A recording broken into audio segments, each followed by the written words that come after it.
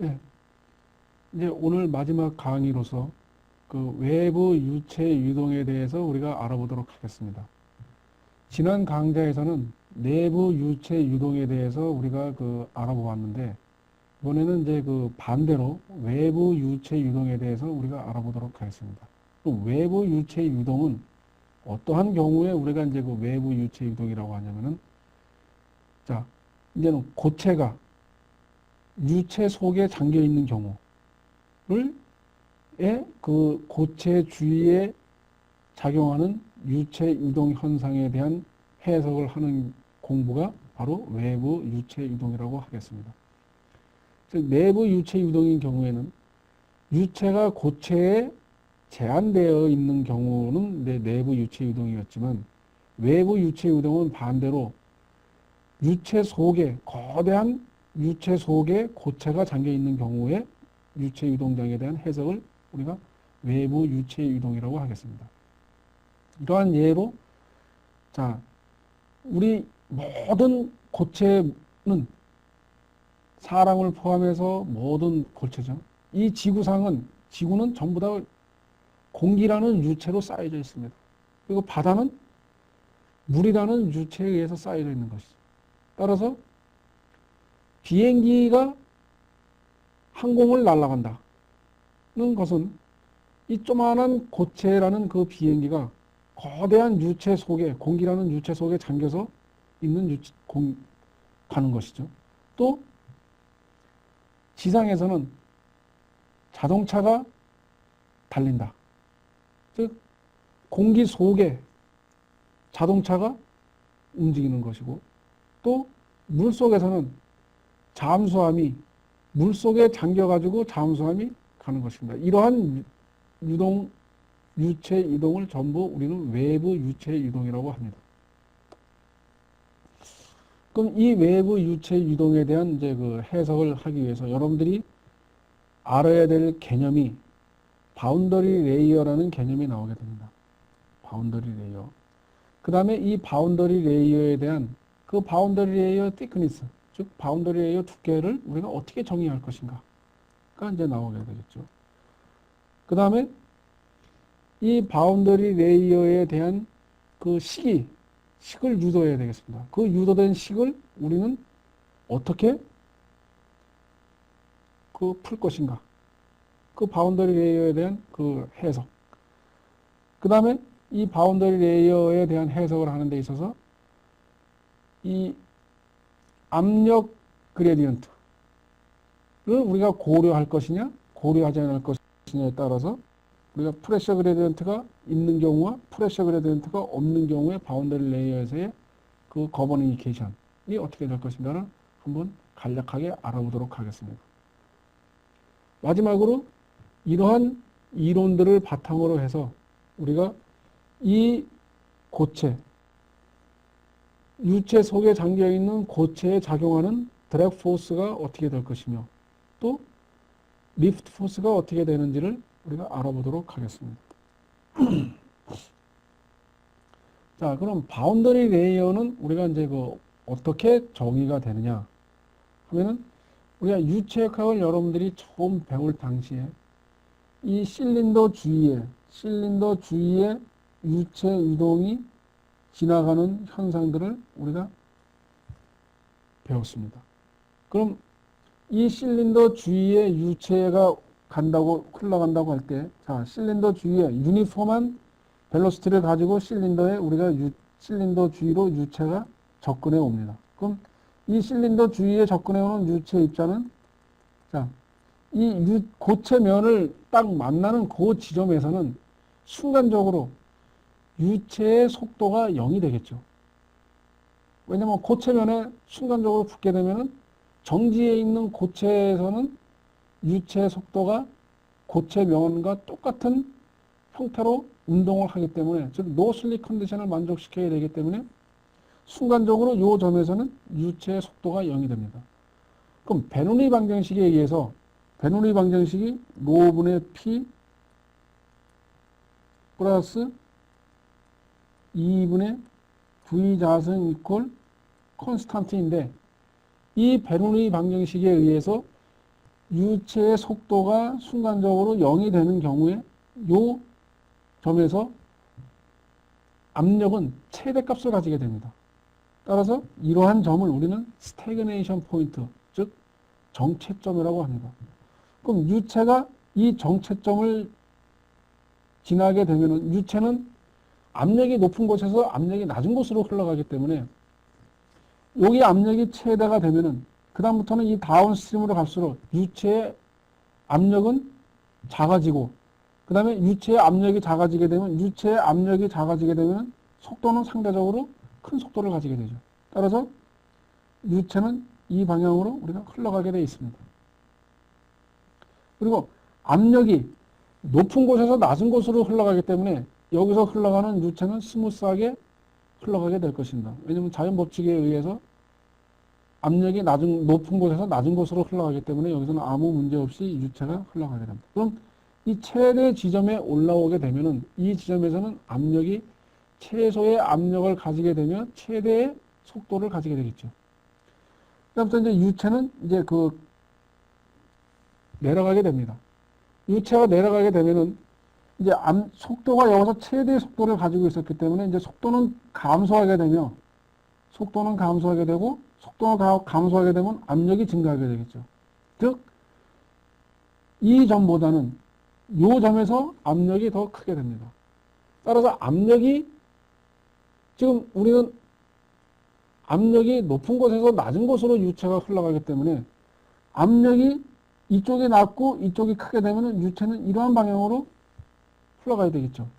그렇지만 자, 이 유체가 가지고 있는 모멘텀이 있습니다. 이 모멘텀에 의해서 이제 유체는 비록 압력이 압력이 다운스트림의 압력보다 작다 하더라도 관성력이 강하게 큰 경우에는 그 관성력이 이 압력의 강화를 이겨내면서 이 속도 유체가 아래로 내려가게 됩니다. 그렇지만 이 유체의 그 압력이 다운스트림의 압력이 점점 커지게 되는 경우에는 유체의 모멘텀과 평형을 이루게 되고 유체의 모멘텀이 이 다운스트림의 압력을 이기지 못하게 될 경우에는 이제 역방향으로 유체가 흘러가게 되게 되어 있습니다. 따라서 이거를 우리가 다시 커다랗게 그림을 그려서 표현을 하게 되면 유체가 와서 스태그네이션 포인트를 만나고 유체가 표면을 따라서 오다가 어느 정도 오게 되면은 이 위치에서는 이제 유체가 더 이상 이 고체 면을 따라가지 못하고 떨어져 나가는 점이 생기게 됩니다. 이 점을 우리는 유동 박리점이라고 얘기하며 유동 박리점 내에서는 여기서는 이제 유체가 회전을 하게 되는 리서큘레이션 존이 생기게 되는 것이죠.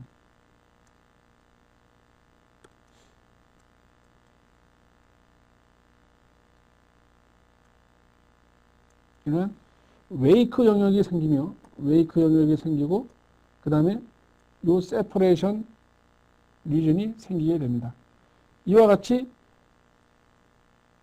웨이크와 드래그와 이제 그러면 드래그 포스는 여러분들이 잘 알고 있다시피 유체가 흘러가는 방향에 평행하게 반대 방향으로 작용하는 힘을 우리는 드래그 포스라고 하며 그 다음에 유체가 흘러가는 방향에 수직한 방향으로 작용하는 힘을 우리는 리프트 포스라고 한다고 그러니까 유체역학 강의 첫 시간에 여러분들이 배웠습니다. 그럼 자 이제 바운더리 레이어는 자 지금 이제 우리가 이 항공기 날개를 우리가 이제 를 가지고 설명을 하도록 하겠습니다. 자, 항공기 날개 먼 주위에서 유체가 유니폼한 벨로시티로 항공기 날개를 향해서 다가오고 있습니다. 그럼 이 항공기 날개의 유체가 와서 접촉을 하게 되면은 이 접촉되는 순간에 그 요 점에서의 유체의 속도는 순간적으로 0이 됩니다. 유체의 속도가 순간적으로 0이 되게 되면은 베르누이 방정식에 의해서 그 점에서는 압력이 최대의 압력을 가지게 되죠. 이러한 점을 우리는 스태그네이션 포인트라고 한다고 하였습니다. 그럼 이제 그 바운더리 레이어가 형성이 되는데, 바운더리 레이어는, 자, 우리가 이제 그 평판을 놓고 봤을 경우, 이 바운더리 레이어가 이렇게 형성이 됩니다. 그럼 이 바운더리 레이어는 우리가 이 두 가지 영역으로 나눠지게 되어 있습니다. 바운더리 레이어 내에서는 유체 유동장이 점성에 의해서 지배되는, 요 영역에서는 점성에 의해서 지배되는 영역이 되며, 이 바운더리 레이어 밖에서는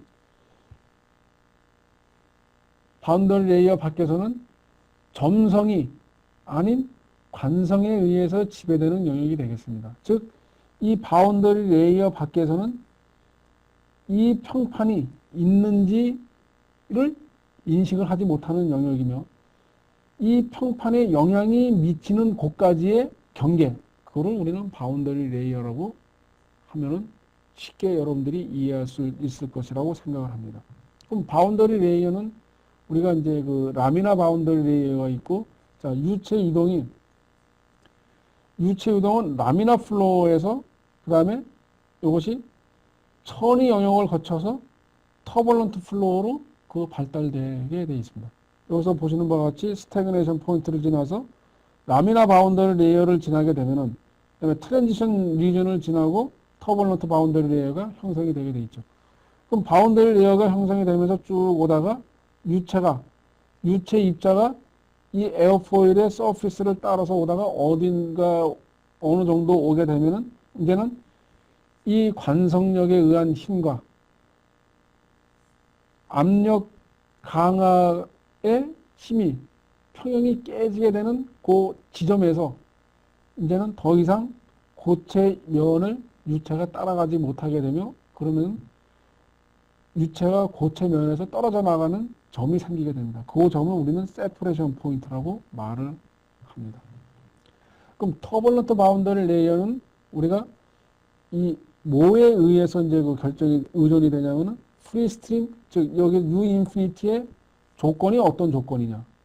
그 다음에 이 서피스에 에어포일의 서피스가 거치느냐 안 거치느냐, 이러한 어느 정도 그 정도. 그 다음에 프레셔 그레디언트 값, 즉 유체의 유동은 압력이 높은 곳에서 낮은 곳으로 흘러가기 때문에 우리가 흘러가는 유체 유동이 항상 압력이 높은 곳에서 낮은 곳으로 흘러가게 되면은 거기서는 유체 유동에 의한 문제가 거의 발생하지 않습니다.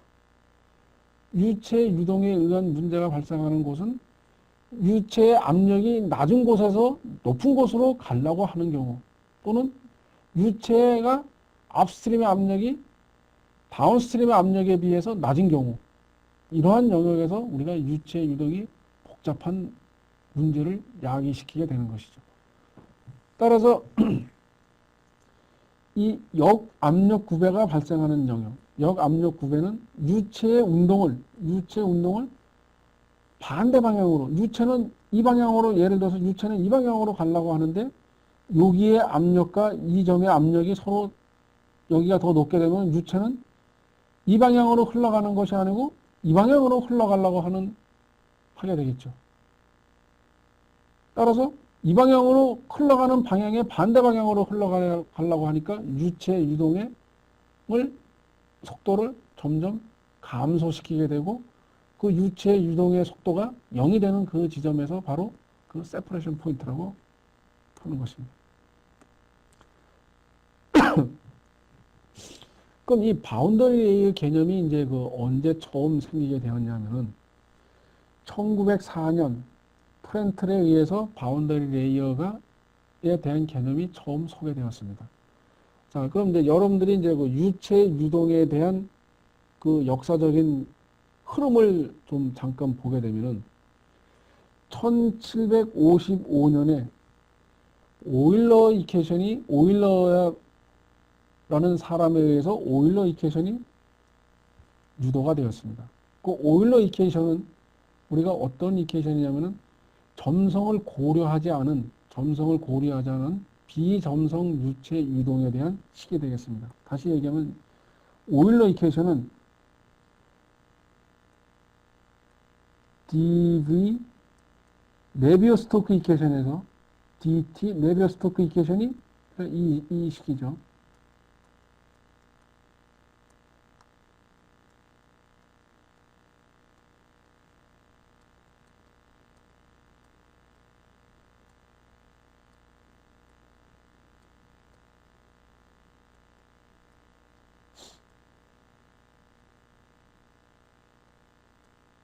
자, 이 네비어-스토크 이퀘이션에서 점성항을 제외한 이 점성항을 우리가 고려하지 않은 식이 바로 오일러 이퀘이션이 됩니다. 그럼 1755년도에 이 오일러 이퀘이션이 유도된 이후 많은 사람들이 이 오일러 이퀘이션에 의해서 유체에 관련된 식을 풀고 그 다음에 그 식을 이용해서 유체에 관련된 장치를 만들고 하여 왔습니다. 그런데 실제로 장치를 만들어 보니 실제로 만들어진 장치와 그 다음에 우리가 오일러 이퀘이션에서 이걸 이용해서 푸른 그 해가 차이가 있다는 것을 알게 되었습니다. 근데 이 차이가 무엇 때문에 생기는지는 그 오일러 이퀘이션이 개발된 당시에는 그 이유를 몰랐죠. 그러다가 1827년에 네비어라는 사람과 1845년 스토크스가 네비어 스토크 이퀘이션을 유도하게 되었습니다. 이 네비어 스토크 이퀘이션이 바로 이 점성을 고려한 이퀘이션이 되겠습니다. 근데 이 이퀘이션은 사실 수학적으로 그 풀기가 굉장히 어려운 식입니다. 그러니까 이 식을 풀기 위해서 이제 또 1904년도에 프렌틀이 바운더리 레이어 그 컨셉을 현재 이 유도 도입하게 된 것이죠. 이 바운더리 레이어 컨셉을 도입하게 됨으로써 이 바운더리 레이어 내에서 자 여기 지금 이제 그 경계층이 이렇게 그 형성이 됩니다.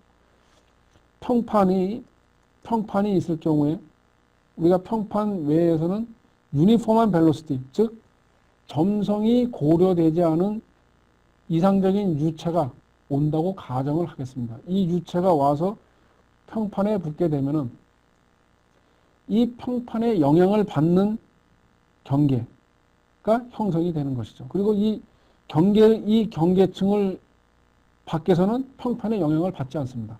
그러니까 우리가 평판에 영향을 받는 이 영역은 우리가 점성에 지배하는 영역이라고 하고 이 평판에 영향을 받지 않는 이 영역은 바로 이 유체하고 똑같은 유체가 흘러가는 것이죠.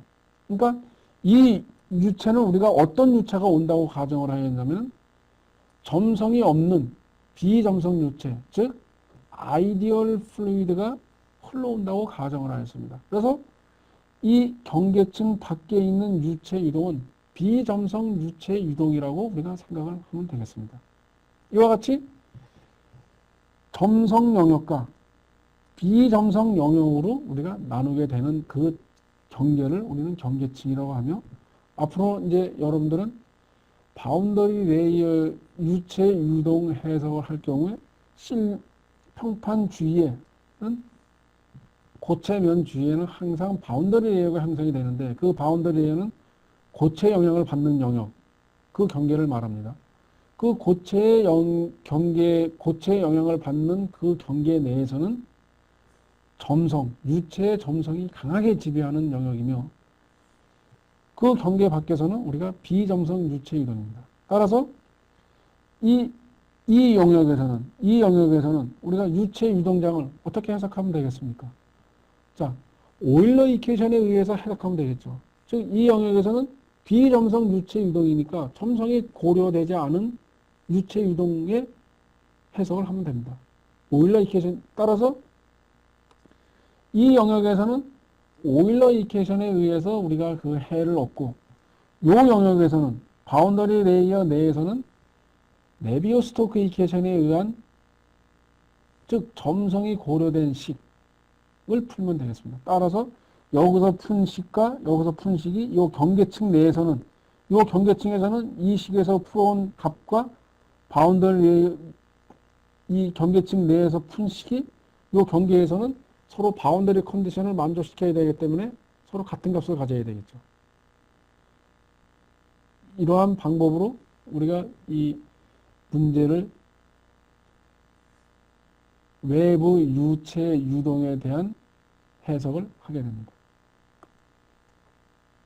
자, 그럼 바운더리 레이어는 우리가 세 가지 그 두께가 있습니다.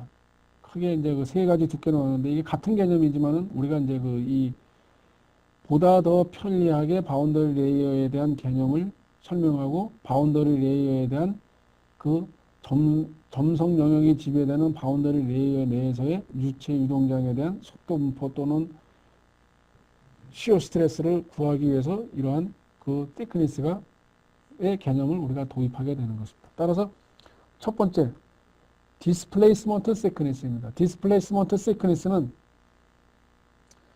이제 그 바운더리 레이어에 자 이러한 평판 내에 바운더리 레이어가 이렇게 형성이 됩니다. 그리고 이 바운더리 레이어 밖에서는 유체 유동장은 우리가 인비시드 플로 즉가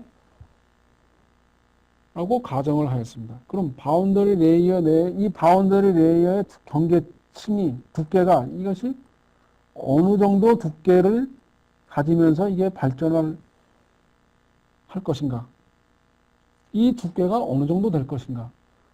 즉, 이 평판의 영향을 받는 경계까지의 그 두께는 어느 정도가 될 것인가를 우리가 그 아는 것이죠. 자, 그럼 요 경계층에서의 자, 경계층 밖에서의 유체 속도는 얼마가 되겠습니까? 이것이 U라고 하면은 경계층 밖에서의 속도는 U라는 속도로 가야 되겠죠. 왜냐하면 경계층의 평판의 영향을 받지 않는 곳이기 때문에. 그 다음에 여기는 이제 평판의 영향을 받는 곳이기 때문에 이 U보다는 작은 속도를 가지게 됩니다. 점점 평판에서 멀어질수록 평판의 영향을 적게 받기 때문에 어느 평판에서 점점 멀어질수록 평판의 영향을 적게 받으므로 이 유체 유동장의 이 속도와 같은 속도를 가지게 될 것입니다. 그럼 이 경계에서는 바로 여기서 왔을 때 여기서는 유체 속도가 요 유체 속도를 가지게 되겠죠. 이 유체 속도를 가지게 되는 그까지의 높이를 우리는 델타 스타라고 하고 이거를 우리는 디스플레이스먼트 시크니스라고 합니다. 그럼 이 정확하게 여기서 속도가 U가 정확하게 U가 되는 이 지점을 찾는 것은 매우 어렵습니다. 따라서 우리는 이 디스플레이스먼트 시크니스를 델타 스타를 대략 요거에 0.99 U가 되는 지점 대략 U가 요 되는 지점까지의 높이를 우리는 디스플레이스먼트 시크니스라고 정의를 합니다. 자, 다시 한번 말씀을 드리면 디스플레이스먼트 시크니스는 프리스트림 벨로시티의 99% 되는 거기에 그까지의 그 유체 속도가 되는 그 지점까지의 높이를 우리는 디스플레이스먼트 시크니스라고 한다라고 여러분들이 생각하면 되겠습니다. 다음은 디스터번스 시크니스가 되겠습니다. 디스터번스 시크니스는 매스 플럭스 디스터번스 시크니스는 질량 보존의 법칙에 의해서 결정되는 시크니스가 되겠습니다. 자, 다시 한번 또 그림을 그려보겠습니다. 자, 평판이 있는 경우와 평판이 없는 경우 유체 이동이 이렇게 흘러갑니다.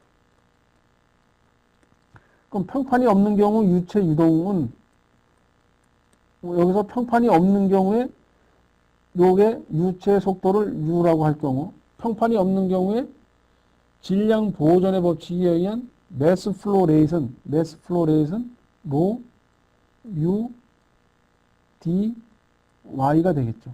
이게 적분한 값이 되겠습니다. 제로에서부터 인피니티까지. 이게 평판이 없는 경우에 유체 유동에 대한 mass flow rate입니다. 그럼 평판이 있는 경우에는 이런 속도 분포를 u라는 속도 분포를 가지고 평판이 있는 경우에 여기서의 유체 mass flow rate은 rho u dy가 되죠.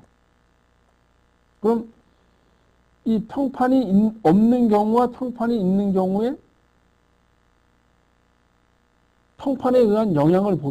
평판에 의한 영향을 보게 되면은 요만큼의 평판에 의한 영향이 되겠죠. 이것이 바로 평판 때문에 평판이 없을 때보다도 평판 때문에 덜 가는 유체 유량이 되겠습니다. 그럼 이것이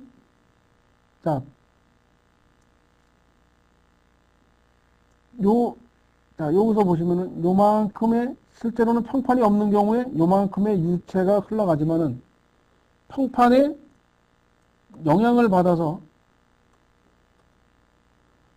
영향을 받아서 실제로 유체는 요만큼의 유량이 흘러가게 됩니다. 그럼 평판에 의한 유량이 요만큼의 유체 유량이 적게 흘러가는 것이죠. 그 유량이 바로 요거를 나타냅니다. 그럼 요 유량을 우리는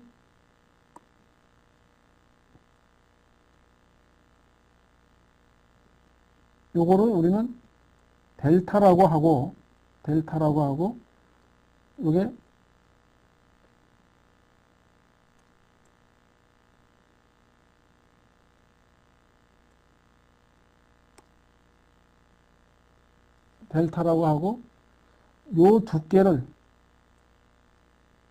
요 두께를 델타라고 하고 여기에 흘러가는 유체 유량을 우리는 유니폼 벨로시티라고 했을 경우에 여기를 지나가는 유체 유량의 매스 플로우 레이트는 rho u 델타가 되겠습니다.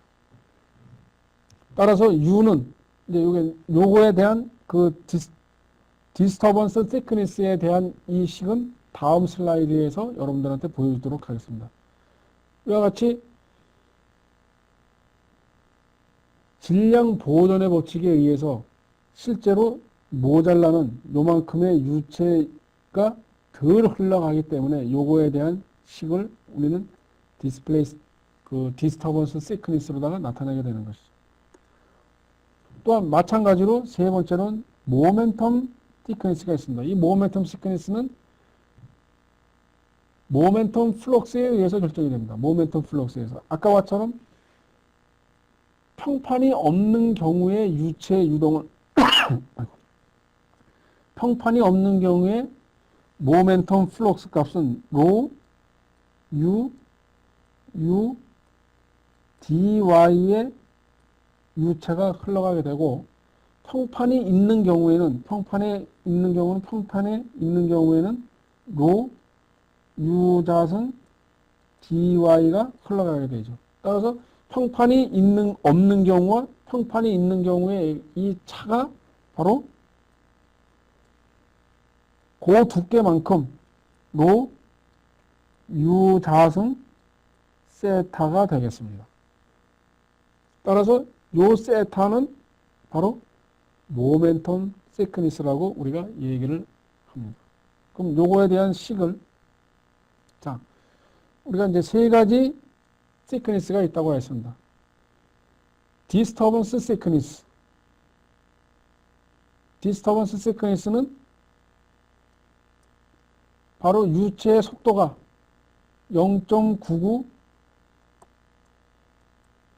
프리스트린 벨로시티가 되는 그 높이까지의 값이 디스플레이스먼트 시크니스, 디스터번스 시크니스이고 디스플레이스먼트 시크니스는 질량 보존의 법칙에 의해서 나온 시크니스가 되겠습니다. 이 시크니스는 우리가 이런 식으로 표시가 되죠. 그 다음에 이제 모멘텀 시크니스는 모멘텀 플럭스를 이용하여 우리가 그 계산된 바운더리 레이어의 시크니스가 되겠습니다. 이 세타는 이러한 방법, 이렇게 우리가 표시가 되겠습니다. 요 방법과 요 표시 방법은 여러분들이 반드시 알아두어야 될 그 중요한 식이라고 할 수 있습니다. 자, 그럼 이제 그 이 바운더리 레이어 내에서 우리가 네비어-스토크 이퀘이션을 이용해서 바운더리 레이어 내에서 이제 그 이 유체 유동장에 대한 지배 방정식을 보게 되면은 먼저 프레셔 그레디언트가 0인 경우에 질량 보존의 법칙에 의한 연속 방정식. 그 다음에 X 방향으로의 운동량 방정식이 되겠습니다. 다음으로 non-zero pressure gradient인 경우에 그 지배 방정식은 이거 연속 방정식, 그 다음에 X 방향으로의 운동량 방정식이 이렇게 되겠죠. 자, 지금 이 식과 이 식을 비교하게 되면은 프레셔가 0인 경우, 이게 0인 경우 이 식이 될 것이며, 프레셔가 0이 아닌 경우에는 이게 이제 그 살아있게 되는 것이죠. 그 다음에, 자, Y 방향의 모멘텀 이퀘이션은 이 식이 되겠습니다. 그럼 우리가 아까 바운더리 레이어 내에서 유체 유동장에 대한 해석을 할 경우에, 자, 이 경계층 내에서는 유체 유동이 점성에 의해서 강하게 지배되는 영역이라고 하였습니다. 그 다음에 이 경계층 밖에서의 유체 유동은 오일러 이퀘이션으로 우리가 오일러 이퀘이션에 의해서 지배되는 영역이죠. 즉 점성이 고려되지 않은 유체 유동의 영역이 되겠습니다. 그럼 우리가 이제 이 세 가지 식에서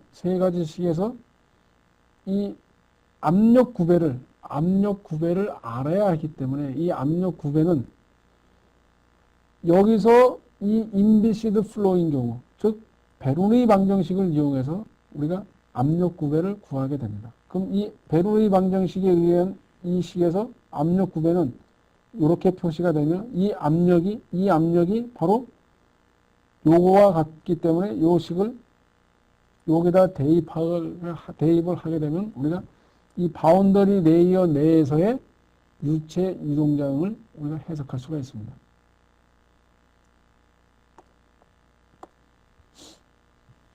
그럼 이 유체 유동장을 해석을 하기 위해서는 여러분들이 자, 그 조금 전에 보여드렸던 그 미분 방정식을 우리가 풀면은 미분 방정식에 대한 적분 상수가 나오게 됩니다. 그 적분 상수는 우리가 가지고 있는 문제의 바운더리 컨디션에 의해서 결정이 된다고 하였죠.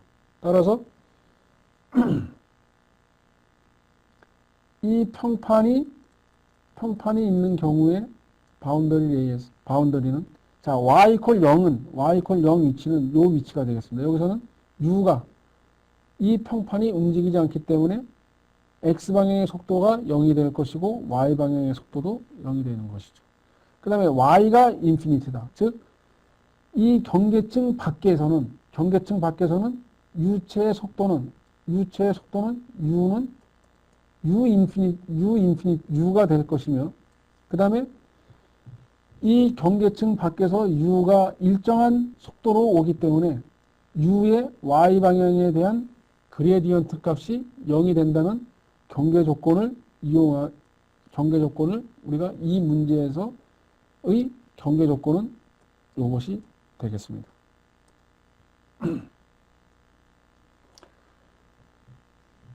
그러면은 이제 우리가 이 경계층 내에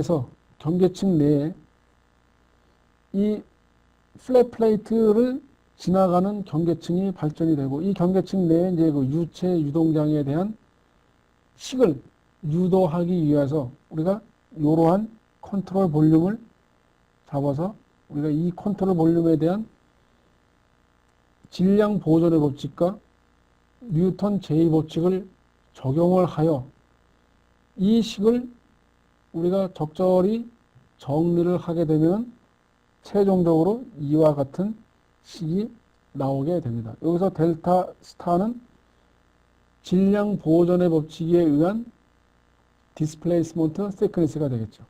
그리고 이 세타는 모멘텀 플럭스에 의한 모멘텀 시퀀스가 되겠습니다. 그리고 타우 W는 이 월에서의 시어 스트레스 값이 되겠습니다.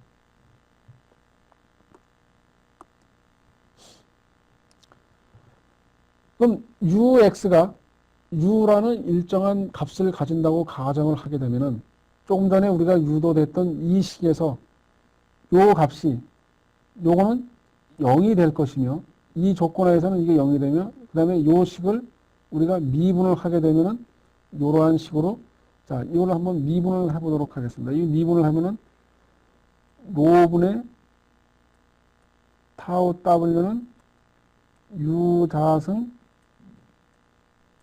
d 세타 dx가 되죠. 이거를 적분을 하게 되면은 바로 요 식이 세타는 아까 어떠한 식이었었냐면은 u분의 u 즉 요게 세타 값이죠. 세타 값. 그러니까 모멘텀 시크니스 값이 되겠습니다. 따라서 이 조건에서 이 식을 우리가 정리를 하게 되면은 요 식이 되는 것입니다. 요게 바로 그 모멘텀 인테그랄 이퀘이션이 되겠습니다. 이 이퀘이션을 우리가 이제 이 적분을 하고 x에 대해서 미분을 해서 이제 풀어보도록 하겠습니다. 자, 이 이퀘이션을 풀기 위해서 이제 우리가 그 벨로시티 프로파일을 우리가 알아야 되겠습니다.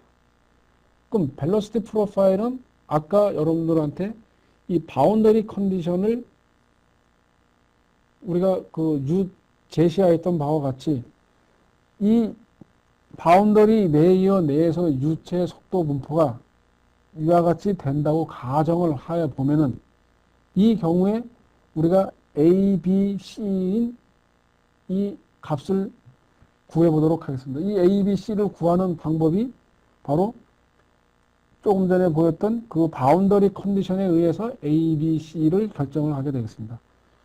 이 바운더리 컨디션을 이용해서 A, B, C를 결정을 하게 되면은 우리가 그 바운더리 레이어 내에서 유체 유동에 대한 그 속도 분포는 이와 같이 그 표시가 나타나게 됩니다. 그럼 타워 W는 월 시어 스트레스는 이와 같이 표시가 되기 때문에 여기서 이 유체 속도 분포를 여기에 대입하여 이 미분 방정식을 적분을 하고 미분을 하여 풀게 되면 이러한 단계로 우리가 풀면은 최종적으로 이 바운더리 레이어 thickness에 대한 식이 이와 같이 나타나게 됩니다. 그럼 여기서 라미나 플로인 경우에 폴리노미얼 벨로시티 프로파일을 가지는 경우, 즉 2차 함수의 벨로시티 프로파일을 가지는 경우에 그 바운더리 레이어의 두께는 요렇게 발달되게 되겠습니다. 즉 x분의 델타는 레이놀드 넘버 x의 루트분의 5.48이며 이 얘기는 자 평판에 유체의 바운더리 레이어가 형성이 된다고 하였을 경우 자 이 x 위치에서 이 위치에서 우리가 바운더리 레이어 thickness 델타가 얼마인가를 알고자 할 경우에는 바로 이 식을 이용해서 우리가 이 델타를 바운더리 레이어 thickness 델타를 구할 수가 있습니다. 즉 요 위치에서 레이놀드 넘버 X는, REX는, 레이놀드 넘버는 여러분들이 잘 알고 있다시피 관성력의, 점성력에 대한 관성력의 비로 나타나기 때문에 레이놀드 넘버 X는 U분의 로 V X가 되겠죠. 따라서 이 식은 라미나 플로에 대한 식입니다. 따라서 우리가 X를 알고 요 위치에서의 레이놀드 넘버를 알면은 우리가 요 위치에서의 몸 바운더리 레이어 thickness 델타를 계산할 수가 있습니다. 그 다음에 요 위치에서 스킨 프릭션 팩터는 우리가 시어 스트레스 값을 알면, 이제 그 스킨 프릭션 팩터는 넌 디멘저널라이즈 된 그 계수이죠. 그래서 스킨 프릭션 팩터는 요 식으로 우리가 스킨 프릭션 팩터를 쉽게 계산할 수가 있습니다.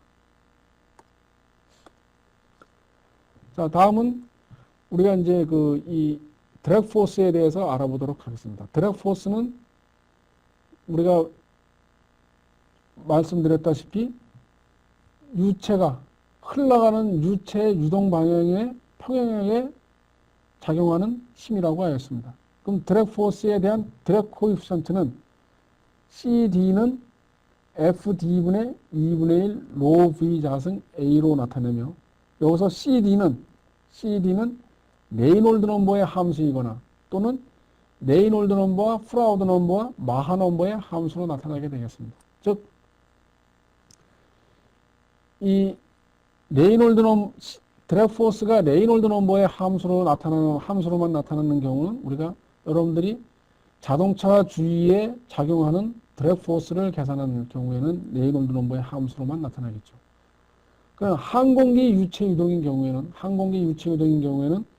이 드래그 포스가 레이놀드 넘버와 마하 넘버의 함수로 나타나게 되겠습니다. 또 잠수함인 경우에는 이 드래그 포스의 그 코에피션트는 레이놀드 넘버와 프라우드 넘버의 함수로 나타나게 됩니다.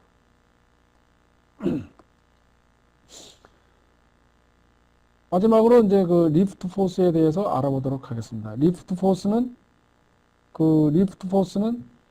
유체가 흘러가는 방향에, 유체의 유동 방향에 수직한 방향으로 작용하는 힘이라고 하였습니다. 그럼 리프트 코에피션트는 FL분의 리프트 포스에 대한 유체 유동의 카이네틱 에너지의 비로다가 나타나게 되겠습니다. 그럼 이제 그 항공기인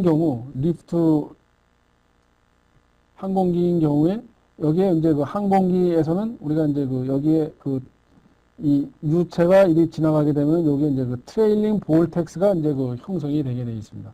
그럼 이 드래그 포스와 리프트에 대한 이거를 한번 우리가 알아보도록 하겠습니다. 그럼 토탈 드래그 또는 우리는 프로파일 드래그라고 합니다. 이 리프트가 작용되지 않는, 즉 양력을 고려하지 않은 고체 주위의 유체 유동에 대한 드래그 포스는 스킨 프릭션 드래그와 프레셔 드래그가 있습니다. 이 두 드래그 포스를 합쳐서 우리는 토탈 드래그 또는 프로파일 드래그라고 합니다. 반면에 리프팅 양력을 고려하는, 즉 항공기 주위 유체 유동인 경우에는 토탈 드래그가 프로파일 드래그와 여기서처럼 트레일링 볼텍스에 의해서 생기는 인듀스드 드래그가 생기게 됩니다. 인듀스드 드래그. 그래서 리프트를 고려하는 바디에 있어서는 이 토탈 드래그는 스킨 프릭션 드래그, 프레셔 드래그, 그 다음에 인듀스드 드래그가 있습니다. 리프트 포스를 고려하지 않는 드래그에서는 토탈 드래그가 스킨 프릭션과 프레셔 드래그만이 있는 것이죠. 자, 그럼 여기서 이제 그 여러분들이 지금 이제 그 외부 유동에 대한 유체 유동에 대해서 간략하게 우리가 그 알아보았습니다. 그럼 이제 이것으로 저희가 이제 그 유체 유동에 대한 강의를 이제 그 모두 마치게 되는데, 유체 유동에 대한 강의를 이제 그 모두 마치기 전에 우리가 지금까지 여러분들이 배운 유체 유동에 대한 그 해석을 어떠한 것들을 배웠으며, 그 다음에 무엇을 어떻게 유체 유동에 대한 것을 적용해야 되는지에 대해서 저는 간략하게 한번 설명을 해보도록 하겠습니다.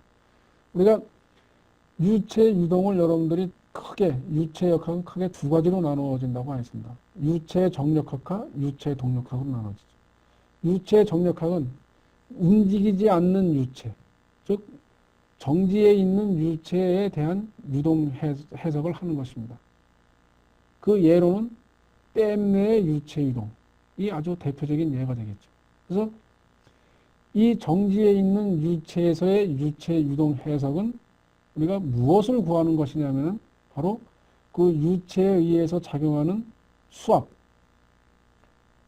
어떻게 되는가, 또 유체에 의해서 작용하는 그 힘이 어떤 것인가, 이거를 구하는 것이죠. 그래서 댐을 우리가 설계하기 위해서는 유체의 댐을 우리가 어느 댐 안에 어느 정도의 유체를, 그 다음에 얼마만큼 깊이의 물을 담궈 놓을 것인가에 따라 가지고서는 댐의 폭이라든가 댐의 그 깊이라든가 이러한 것들을 이제 그 결정해야 되겠죠. 그 다음으로 이제 그 여러분들이 배운 것은 이제 그 유체 동력학으로서 이 유체가 움직이는 유체에 대한 유동 해석을 하는 것입니다. 이 움직이는 유체에 대한 유동 해석은 여러분들에게 이제 그 매우 중요한 그 유동 현상으로서 이 유체 유동, 움직이는 유체 유동은 우리가 비점성 유체 유동과 점성 유체 유동으로 나눠지기도 하고, 또는 비압축성 유체 유동과 압축성 유체 유동으로 나눠지기도 하고, 또는 이게 난류 유동이냐 충류 유동이라고도 나눠지기도 합니다. 여기서 여러분들한테 이제 알아야 될 것은, 이번 저희가 이 강의에 있어서는 난류 유동에 대한 언급은 우리가 하지 않았습니다. 여러분들은 전부 다 충류 유동에 대한 유체 유동 해석에 대한 것을 배운 것이죠. 그리고 마지막으로 이제 그 유체 유동을 지배하는 방정식은 우리가 네비어-스토크 이퀘이션이라고 했습니다. 여러분들은 이 네비어-스토크 이퀘이션을 잘 이해를 해야 되며 또 이것을 잘 활용을 해야 되겠습니다. 네비어-스토크 이퀘이션을 이용해서 그 유체 유동이 정지해 있는 유체든 또는 움직이는 유체든 모든 유체 유동이 난류 유동이든 충류 유동이든 네비어-스토크 이퀘이션이 바로 유체 유동을 지배하는 일반 방정식이 되겠습니다. 그럼 이것으로 이제 그 여러분들은 이 유체 유동에 대한 13강을 통해서 이제 유체 유동에 대한 강의를 이제 그 여러분들이 많이 이제 그 듣고 이제 그 이 강의를 끝나게 되는데, 비록 이 강의가 끝난다 하더라도 여러분들은 이 유체 역학에 대해서 그 교재를 중심으로 많은 문제를 풀어봐야 되겠습니다. 많은 문제를 풀어보면서 여러분들이 유체 역학에 대해서 이 잘못 이해된 개념이라든가 또는 물리적으로 이해하지 못했던 그런 개념들, 그리고 물리적으로 잘 이해된 개념들도 여러분들이 문제를 통해서 보다 더 확실하게 이 개념을 이해하고 물리적인 현상, 물리적인 의미를 이해하게 된다면은 여러분들은 이해하기 위해서는 여러분들이 많은 문제를 풀어봐야 되겠습니다. 따라서 비록 이번 이 인터넷을 통한 여러분들과 이 강의가 이제 끝난다 하더라도 이 강의가 끝이 아닌 곧 유체 역학을 여러분들이 더 잘 할 수 있는 또 다른 시작임을 명심하고 유체 역학 문제를 여러분들이 많이 풀어보도록 해야 될 것으로 생각을 합니다. 그리고 유체 역학을 이제 하다가 잘 이해가 되지 않는다든가 또는 문제가 어렵다든가 또는 물리적으로 이해가 되지 않는 부분이 있으면은 언제든지 저한테 찾아와가지고 그거에 대한 여러분들이 궁금해하거나 또는 이해하지 못하거나 하는 부분들을 저와 같이 고민하면서 디스커션하고 하면서 여러분들이 그러한 유체역학적으로 이해가 되지 않는 부분들을 잘 이해할 수 있게 제가 여러분들한테 최대한 도움을 드리도록 하겠습니다.